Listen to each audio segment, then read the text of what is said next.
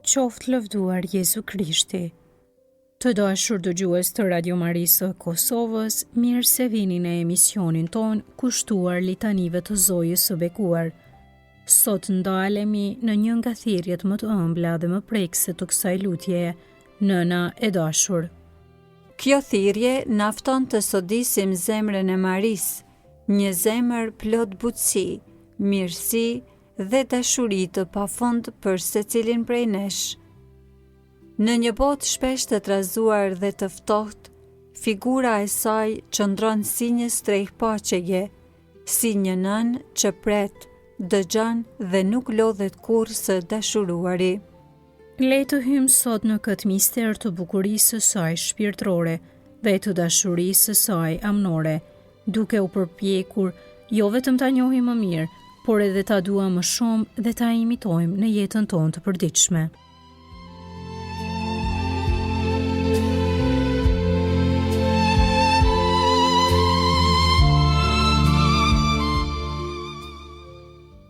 Udhët e saj janë udhë të bukura dhe të gjitha shtigjet e saj janë paqe. Lexojmë tek Fjalët e Urta 3:17. Biseda e saj nuk ka hidhrim dhe shoqëria e saj nuk sjell mërzi, por gëzim dhe hare. Lexojmë gjithashtu te Libri i Urtisë 8:16. Në të është fryma e kuptimit, e shprehur, vepruese, e panjoll, e sigurt, e ëmbël, dashamirëse ndaj së mirës, e shkathtë që asgjë nuk e pengon, bamirëse, e butë, e mirë, e qëndrueshme, e sigurt dhe e palëkundur. Lexojmë tek Libri i Urtisë, kapitulli 7. Ajo ishte jashtëzakonisht e bukur dhe bukuria e saj e mrekullueshme e bënte të pëlqyeshme dhe të dashur në sytë të gjithëve. Lexojmë tek Libri i Esterës, kapitulli 2, rreshti 15. Madje dhe Zoti i gjithësisë e ka dashur atë. Lexojmë tek Libri i Urtisë 8:3.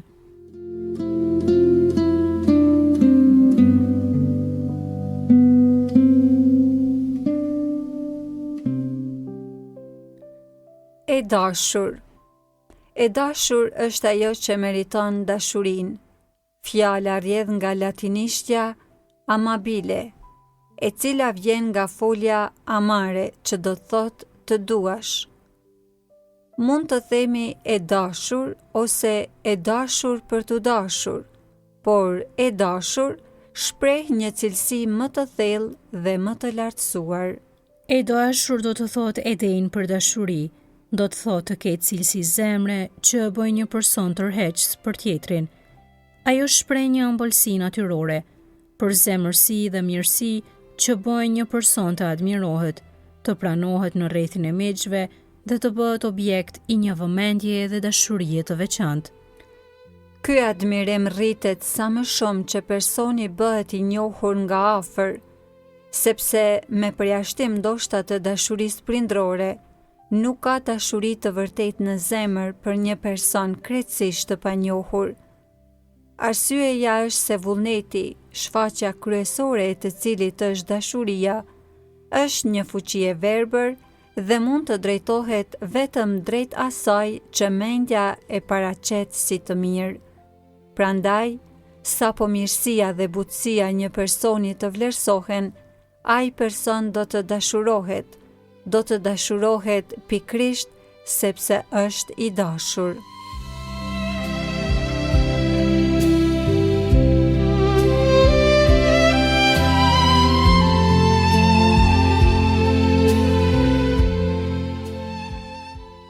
Dashuria është detyrë.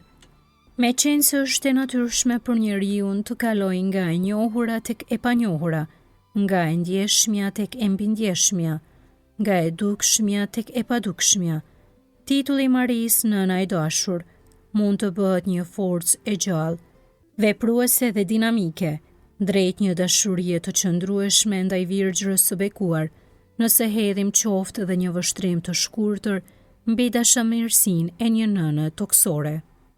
Askush nuk e tekalon kurrë dashurinë e nënës, një dashuri që fillon para se fëmia të di çfarë do të thotë të jesh i dashur dhe që nuk mbaron kurrë.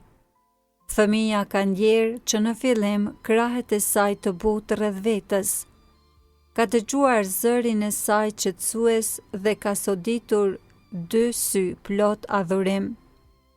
Ai është ushqyer, larë dhe veshur prej saj.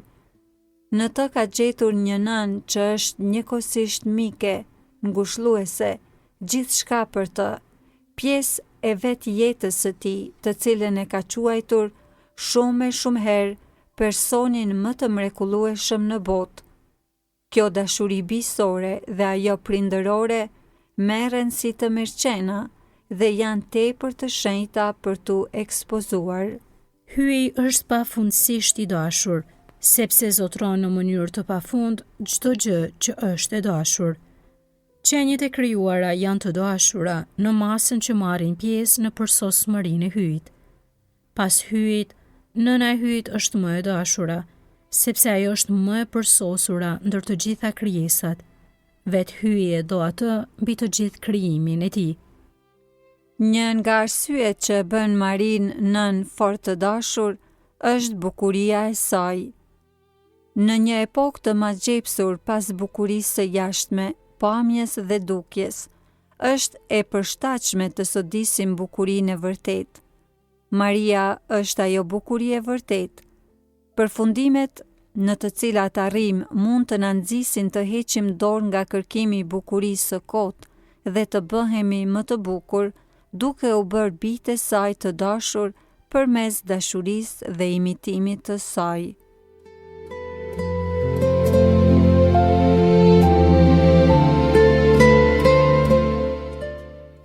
Çfarë është bukuria?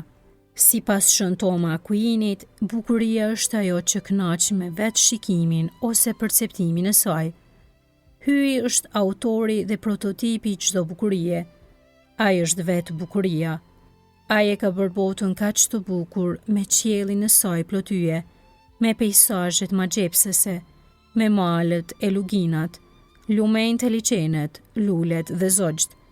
Prandaj me siguri, ai duhet ta ketë bërë Marin më të bukur ndër të gjitha, sepse ajo ishte thirrur të ishte mbretëresha e mbar krijimit. Nëse figurat pararense të Virgjës së bekuar në beslidhjen e vjetër u lavdëruan për bukurinë e tyre, çfarë nuk duhet të presim nga përmbushja e tyre nga Maria, e cila do të stamposte tiparet e saj në birin e Atit të amshuar? Judita, e cila vrau Holofernin, udhëhecin e armiqve të popullit të saj, i u duk të gjithëve jashtëzakonisht e bukur. A do të ishte më pak e bukur ajo që shtypi kokën e gjarprit të ferrit dhe solli lirin për të gjithë kombet? Për mbretëreshën Ester lexojmë se ajo ishte jashtëzakonisht e bukur dhe bukuria e saj e mrekullueshme e bënte të pëlqyeshme dhe të dashur në sytë e të gjithëve. Me bukurinë e saj, ajo e zbuti mbretin dhe shpëtoi popullin e vet nga shkatërimi. A do të ishte më pak e bukur Maria, për të cilën mbreti i mbretërve u dashurua aq shumë, sa ta zgjedh për nënën e tij dhe mbretëreshën e mbretërisë së tij? Në këngën e këngëve, bashkëshortja quhet më e bukur ndër gratë. Sa e bukur je, e dashura ime, sa e bukur je. E gjitha je e bukur, o e dashura ime, dhe në ty nuk ka asnjë njoll. Shën Andrea i Kretës thot se Maria ishte, si të thuash, një statuj e skalitur nga hyi, një shembull tyre përkryer e akretipit hynor. Shën Bernadeta nuk mund ta shikonte një figurë të Virgjës së bekuar, pasi e kishte parë atë në vegim. Ndryshimi ishte tepër i madh për t'u përballuar. Fëmijët e Fatimës flasin vetëm për zonjën e bukur dhe të gjitha përpjekjet e artistëve për ta paraqitur atë mbetën të pamjaftueshme.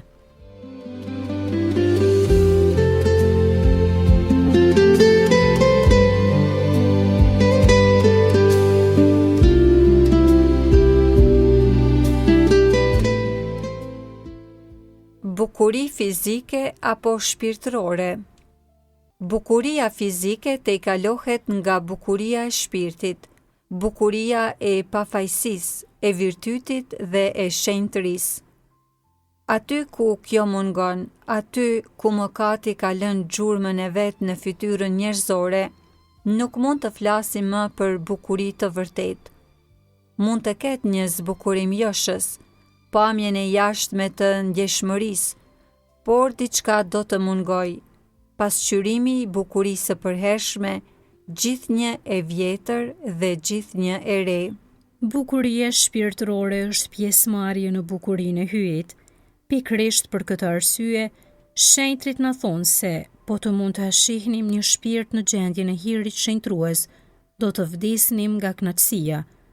Kjo bukuri hynore shkëlqen edhe përmes trupit të vdekshëm të njeriut dhe shpjegon pse shenjtrit janë kaq tërheqës, edhe kur mund të kenë pamje të thjeshtë. Megjithatë, ndër të gjithë engjëjt e shenjtërit, askush nuk mund të krahasohet në hir dhe shenjtëri me nënën e bekuar të hyjit. Prandaj kisha e shenjtë mund të shtroj pyetjen mahnitse në ofisin hynor për festën e ngjitjes së saj në qiell. Kush është kjo që ngjitet si agimi, e bukur si hëna, e zgjedhur si dielli, e frikshme si një ushtri e rreshtuar për betejë?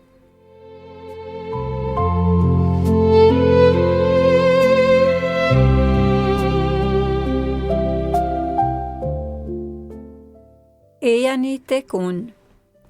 Kushdo që është i vogël, le të vi tek unë, dhe të pamendve u tha, ejani. Kur shohim njerëz që tërheqin fëmijët drejt vetës, fitojnë dashurinë e tyre, tregojnë kujdes dhe vëmendje ndaj atyre që janë të paaft ose të prekur mendërisht, e kuptojmë se janë zemër mirë dhe menjëherë ndjejmë tërheqje ndaj tyre. Mirësia është një tipar i spikatur i zemrës së Marisë, nënës sonë të dashur, për të cilën Shën Bernardi thotë: në të nuk ka asgjë të ashpër apo friksuese. Ajo është krejt ëmbëlsi. Dëgjoni shpalljen që mbretëresha e butë e qiellit u bënën shtetasve të saj. Kushdo që është i vogël, le të vi tek unë. Pra, në fund të fundit, ka një farë përparësie në të qenit i vogël. Ka diçka për të fituar në të mos qenit i madh. Ne kemi privilegjin e hyrjes së lirë në oborin e sovranës sonë të hirshme në çdo orë, ditë e natë, sepse nuk ka një kohë të caktuar.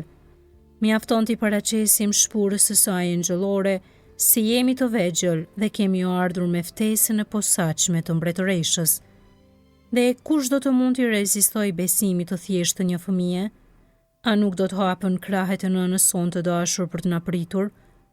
A nuk do të na dëgjojë ajo me durim ndërsa derdhim në zemrën e saj gëzimet, dhimbjet dhe dëshirat tona? Ka edhe një kategori tjetër që është gjithmonë e mirëpritur në praninë e saj të pamendët. Kush prej nesh nuk hyn në këtë kategori të paktën herë pas here? Dhe kur kemi bërë një gabim, një lajthitje, a nuk dëshirojmë dikë në veshin e të cilit mund të derdhim rrëfimin ton, duke e ditur se nuk do të na dënoj plotësisht? Le të vrapojmë atëherë te Maria. Në të është fryma e kuptimit. Qumshti dhe mjalti janë në gjuhën e saj. Biseda e saj nuk ka hidhërim. Shpirti i saj është më i ëmbël se mjalti dhe hoje mjalti. Nuk do të ketë çortime, edhe pse në marrëzinë ton kemi shitur të drejtën ton të lindjes. Kemi shkëmbyer të amshueshmen me atë që kalon si tym. Kemi hedhur tej margaritar të çmuar dhe kemi marrë në vend të tyre stoli të kota e të pavlera. Mund të mbështetemi tek ajo që të na ndihmoj, sepse ajo është e qëndrueshme, e sigurt dhe e patundur. Mund t'i besojmë plotësisht sepse ajo gëzon të bëjë mirësi, nuk vonon e nuk shtyn, sepse është e shpejtë dhe nuk lejon asnjë pengesë të ndalojë dashurinë e saj vepruese. Në secilën prej këtyre kategorive mund të bijem lehtësisht të gjithë, sepse a nuk jemi të gjithë të vegjël në virtyt dhe kush mund të thotë se është vërtet i urtë?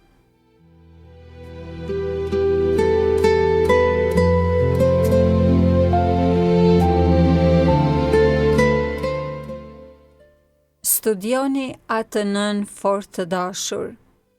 Leti soditim shpesh udhët e nënës son të dashur, sepse udhët e saj janë të bukura dhe le të përpiqemi të imitojmë ato.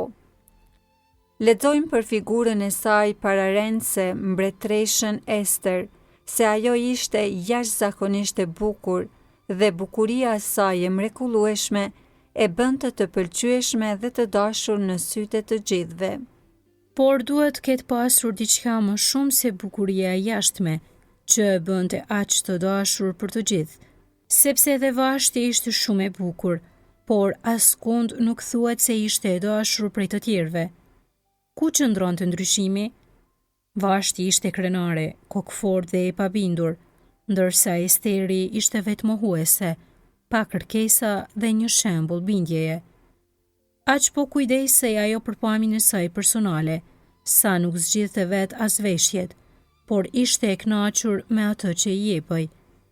Ishte e përvuajtur dhe e bindur, edhe pasi u bë mbretëresh, ajo vazhdoi të zbatonte gjithçka që i urdhëronte xhaxhai i saj dhe vepronte si më parë, kur ai e kishte rritur si një fëmijë.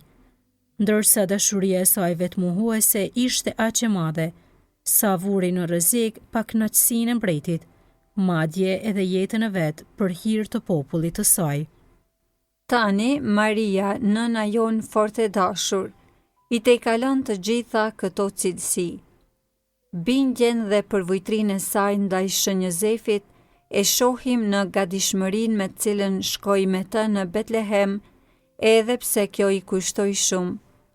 Në aratisje në Egjipt sipas urdhrit të tij dhe në kthimin në Nazaret sipas vullnetit të tij.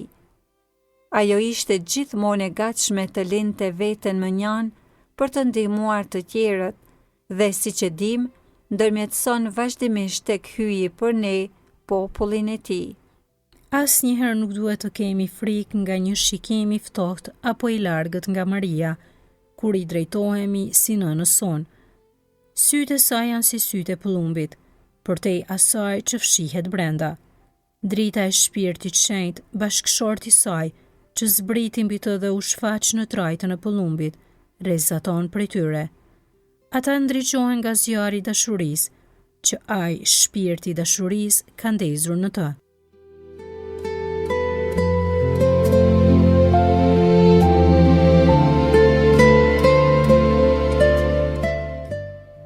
Detyra jon e dashurisë.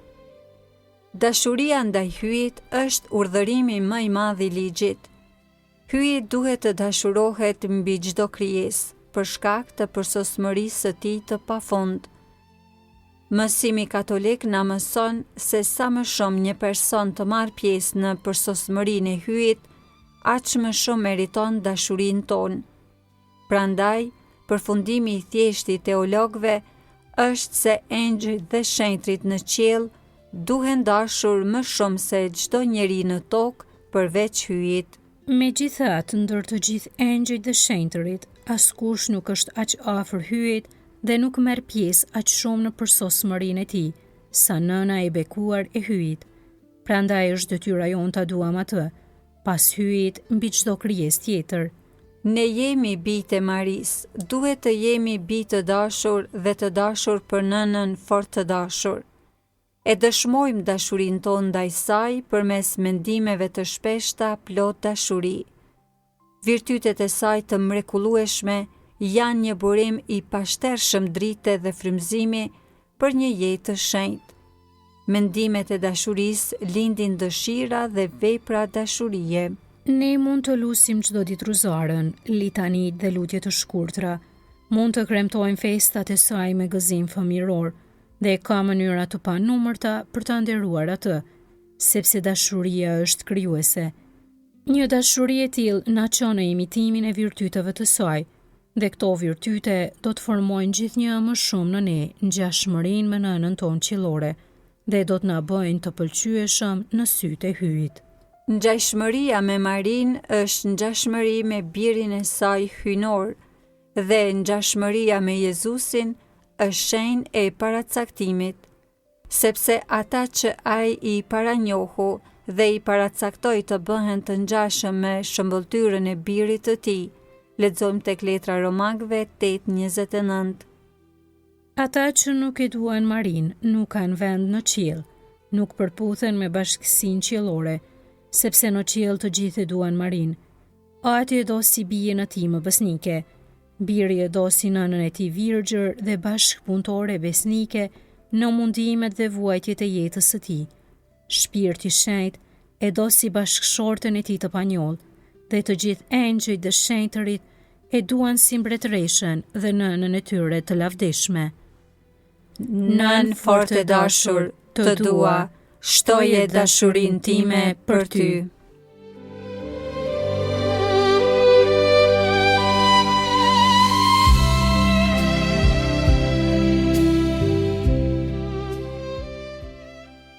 O Zot, ki mëshirë. O Zot, ki mëshirë. O Krisht, ki mëshirë. O Krisht, ki mëshirë. O Zot, ki mëshirë. O Zot, ki mëshirë. O Krisht, ndjena ne.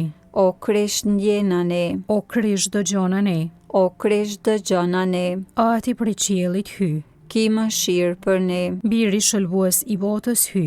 Ki mëshirë për ne. Shpirti Shenjtë hy. Ki mëshirë për ne. Trinia e Shenjtë njëi vetmi hy. Ki mëshirë për ne. Shenjtja Mari. Loto për ne. Shenjtja nënë e hyjit. Loto për ne. Shenjtja virgjëra e virgjërave. Loto për ne. Nëna e Krishtit. Loto për ne. Nëna e kishës. Loto për ne. Nëna e hirit të hynushëm. Loto për ne. Nëna e kulluar. Loto për ne. Nëna krejt e pastër. Loto për ne. Nëna e papërlyer. Loto për ne. Nëna e paprishur. Loto për ne. Nëna e dashur. Loto për ne. Nëna e mrekullueshme. Loto për ne. Nëna e këshillit të mirë. Loto për ne. Nëna e krijuesit.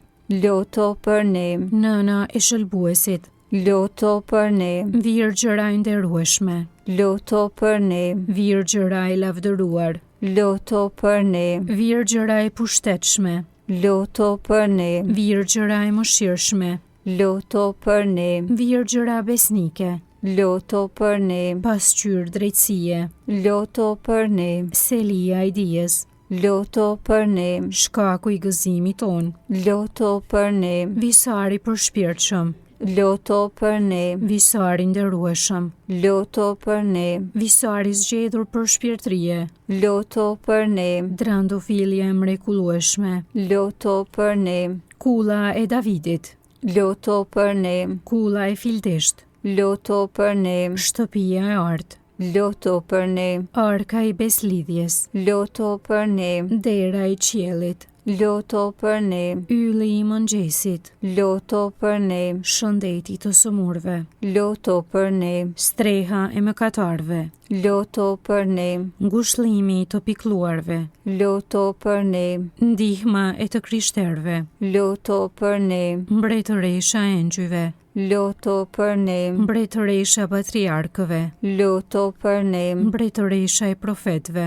Loto për ne. Mbretëresha e apostujve. Loto për ne.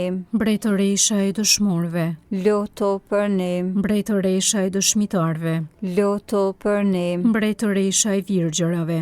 Loto për ne. Mbretëresha e të gjithë shenjtërve. Loto për ne. Mbretëresha e zën pa mëkat të rjedhshëm. Loto për ne. Mbretëresha e ngjitur në qiell. Loto për ne. Mbretëresha e shenjtës ruzare. Loto për ne. Mbretëresha e paqes. Loto për ne. O qengji hyj që shlyen mëkatet e botës. Na fal ne, o Zot. O qengji hyj që shlyen mëkatet e botës. Dëgjona ne, o Zot. O qengji hyj që shlyen mëkatet e botës. Ki mëshirë për ne. Në mbrojtjen tënde, po nga si moshenjtja nëna e hyjit, mos na i përbuz lutjet ndër nevojat tona, por o Virgjëra e lume dhe e bekuar, na shpëto për herë prej të gjitha rreziqesh. Zoja jonë dhe ndërmjetëse jona, me birin tënd na pajto, birin tënd na porosit, ndërduar të birit tënd na lësho. Lutu për ne e shenjtja nënë e hyjit. Të bëhemi të denjë për premtimet e Jezu Krishtit. Të lutemi.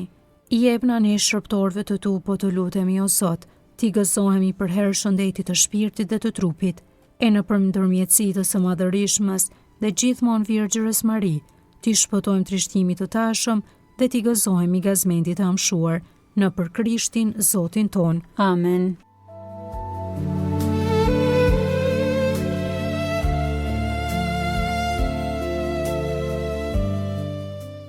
Të dashur dëgjues të Radio Marisë Kosovës, ndërsa përfundojmë këtë reflektim mbi Marin, nënën e dashur, le të mbajmë në zemër këtë vërtet të thjesht por të thellë.